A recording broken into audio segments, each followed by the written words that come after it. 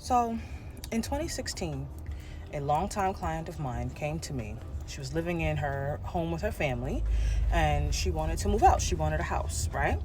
And so we got together and we did all of this energy clearing work and we did all this work for manifestation together, right?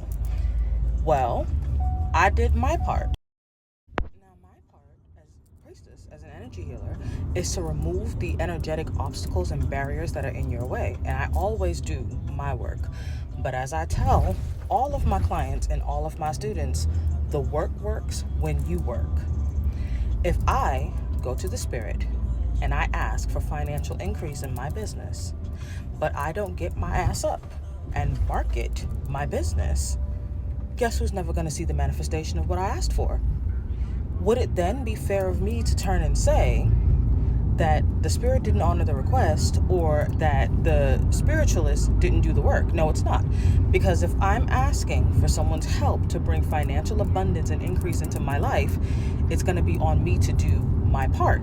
If you come to me and you ask me to do work on your behalf for financial increase because you want a new job, you want to make more money, but you don't go and apply for new jobs and you don't go on any interviews, it's not my fault. It's not the spirit's fault. I don't know if you think that the windows of heaven just gonna crack open and pull you out a blessing because that's where you started at in the church.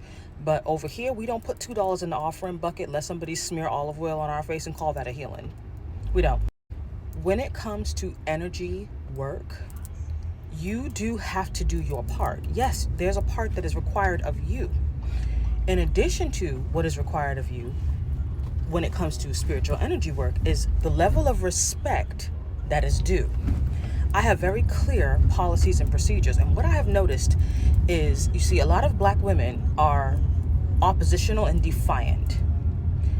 You think you run things because you sent some money and you don't, and it needs to be checked. And I had to be checked on that too. So I'm not saying something to you that I haven't lived and that I don't know for a fact to be true.